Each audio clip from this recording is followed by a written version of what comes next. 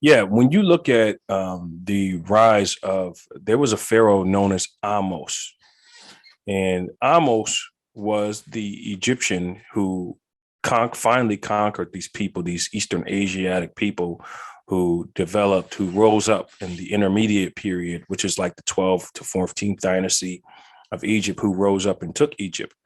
Amos was a native Egyptian from the south who basically brought Egypt back to world dominance again, to the original native people, and kicked these Hyksos people out of Egypt. Tutmosis the third and Hatshepsut are direct descendants of Amos. And they also wanted to restore what Egypt originally was after these Asiatics had come in and kind of destroyed the native Egyptians' history. So they kind of brought it back. You know, as I mentioned earlier, Hatshepsut brought great monumental monuments and architectures, and Tutmosis used conquering. So they spread a lot of their knowledge through trade, through Hatshepsut, making great connections all the way down to Somalia, Uganda. And then you have Tutmosis III, who used conquest. So these two pharaohs, they used two different ways. One used trade, the other one used conquest. So there they were able to bring Egypt back to its full height, known as the New Kingdom, which happens to be the greatest of all Egyptian history, is the New Kingdom. I don't know if you want to say something relating to, since Thutmose the third, like you describe him, was a warrior king in that he move even beyond the border and conquer other land. Then the strategy will become very important for us now because is there anything that you want to share with us there? Like what kind of strategies he employed to be able to conquer these people? Did all the army come from Egypt, or did they do like the Roman did? Like the Roman enter a land, then sort of conquer the people, indoctrinate them, put them as part of the army to continue to fight other armies. So the empire just begin to expand and expand. Is there something like that, or they came to the land, they conquer, they go over, or they stay in the land to dominate it and all that? Is there anything that we can hear from there?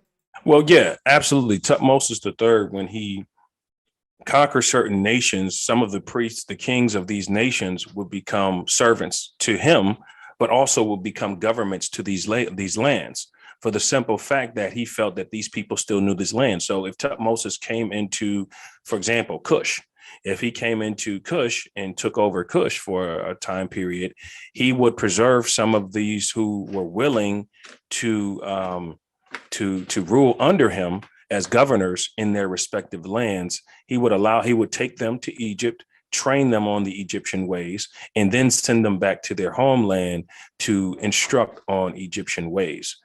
That's if they chose to do so. Others who didn't, they perished. This is the way Tutmosis III did things, and he did the same thing in the Levant, same thing all the way up into what they call today present-day Canaan. He did the exact same thing. So this was their way of doing things when it comes to conquest. Of we're going to take the strongest from these areas, and we're going to teach them our history, or they will be annihilated. This is how it was done in ancient times. So this is how the knowledge of Egypt really spread throughout Africa and Eastern Asia as well. It's because Tutmosis III did things this way. All right. Now, there's another thing I'm trying to understand from here, no? That when we look at a story of conquest, of colonialism, of conquering the people, to some persons it might appear as if it's something new. But what I often believe is that this is something that has been around for a very long time. Human beings have been dominating other human beings. Of course, one justification might be today, okay, the Americans need oil, so that is why they invade Iraq, you know. But there was a time there was no oil in Iraq. If there is no oil in Iraq, that would be another reason why maybe America or another country will want to invade Iraq, or another country. But one country is always entering into the territory of another country, taking the people, dominating them. If slavery is allowed, then they use slavery. If it's not allowed, then other things will be used.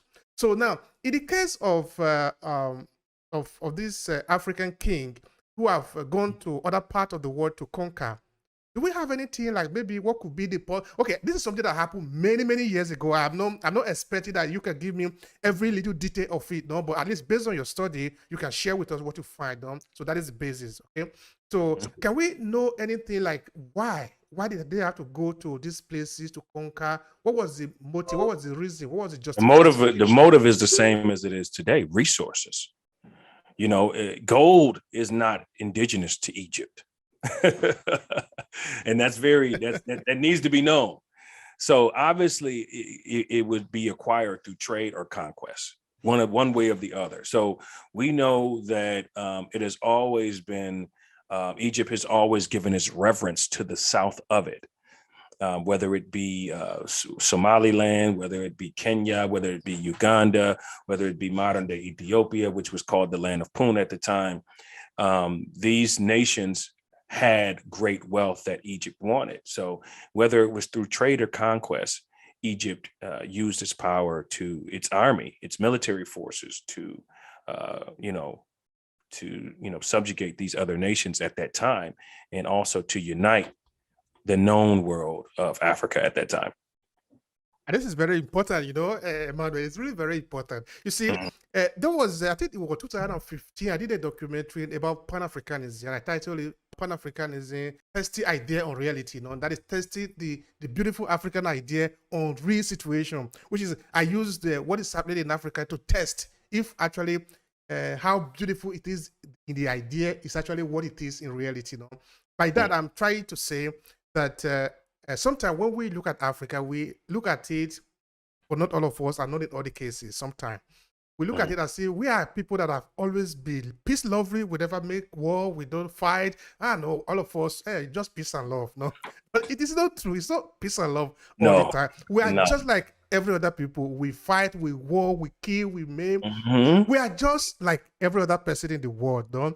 And I think we need to tell the story like this so that we are not different. I don't see us to be different. No? So we're not. We're not. I mean, we had our times of peace. We had our time. And, it's very interesting in Pan-Africanism. You're starting to hear a lot of people bring up the name Mansa Musa. And Mansa Musa was this Western Mali king who was considered to be the richest man of the 13th and 14th century in the world.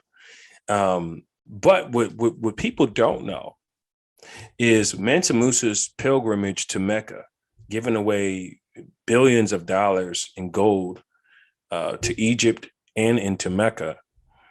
This knowledge became known to Europeans and Arabians on the wealth that sub-Saharan Africa had due to Mansa Musa's pilgrimage. And this is why you see in 1492, 1493, where you start to see all these mercenaries being sent to places like Africa, India. Shortly after the reign of Mansa Musa, you start to see Europeans start to set out. They call them today explorers.